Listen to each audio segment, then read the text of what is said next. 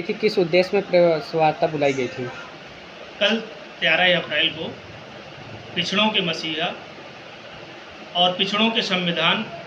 मंडल commission आयोग के अध्यक्ष रहे पूज्य बीपी मंडल जी का कल परिनिर्वाण दिवस है, जिनके जीवन पर आधारित विचार गोष्ठी का आयोजन उत्तर प्रदेश के समस्त जनपदों में अखिल भारतीय यादव महासभा उत्तर प्रदेश के निर्देशानुसार माननीय राष्ट्रीय अध्यक्ष रामानंद यादव जी के निर्देशन पर सभी जनपदों में परिनिर्वाण दिवस जनपद के सभी जिलाध्यक्षों के द्वारा आयोजित किया जाना है। इसके लिए उनको निर्देशित करने हेतु प्रेस कॉन्फ्रेंस के माध्यम से ये जानकारी देने के लिए आप सभी को आमंत्रित किया गया था और मैं आप सभी का धन्यवाद देता हूँ अपने अखिल भारतीय यादव महासभा की तरफ से कि आप हमेशा अग्रणी भूमिका में खड़े होकर समाज के उन तमाम मुद्दों को उजागर करने में अपना योगदान देते हैं, जिनसे देश की आस्था, एकता, अखंडता बनी रहती है। कल देश के ऐसे पुरोधा का परिनिर्वाण दिवस है जिन्होंने जीवन समर्पित देकर अपने मुख्यमंत्री पद से इस्तीफा देकर, क्योंकि वो बिहार के पूर्व मुख्यमंत्री भी रहे हैं, उन्होंने बैकवर्ड आरक्षण की जो लड़ाई लड़ी और उस पर जो सफलता उन्होंने पाई, ये देश के लिए, देश के पिछड़ों के लिए, देश की आम जनमानस के लिए अविस्मरणीय है और उनके योगदान को हम सभी लोग कभी नहीं भूल सकते। ऐसे पुरोधा, ऐसे महानायक, ऐसे अपने पूर्वजों के प्रति हम सभी को नमन करना चाहिए, सभी को याद करना चाहिए और उनके जीवन से प्रेरणा लेनी चाहिए। ऐसे प्रेरणा स्रोत महापुरुषों का हमेशा जो है जन्म जयंती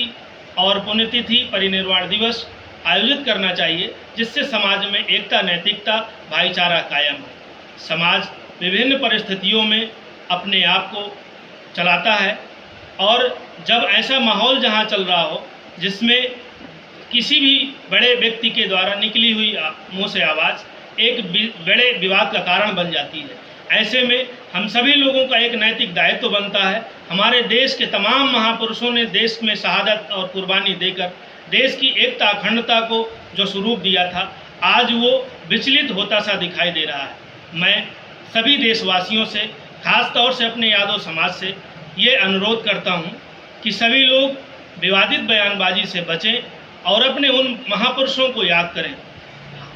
यादव कौम वो कौम है जिसने देश की विभिन्न परिस्थितियों में अग्रणी भूमिका पर खड़े होकर शहादत देने का काम किया है। देश की नैतिकता, एकता, अखंडता को बनाए रखने के लिए हमेशा अपना महत्वपूर्ण योगदान दिया है। यादव समाज वह गौरवशाली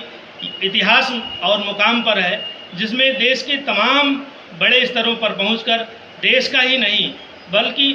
विदेशों में भी जाकर अपने गौरवशाली इतिहास के लिए जाने जाने वाली कौम है। अहीर रेजिमेंट की मांग हम लोगों की निरंतर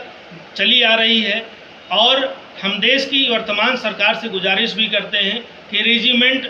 में अहीर रेजिमेंट का निर्माण करें, जिससे कि ये यादव समाज देश के लिए कुर्बान होती रही है और आज भी अपने हक और अधिकार के लिए ये लड़ाई निरंतर जारी रखती है।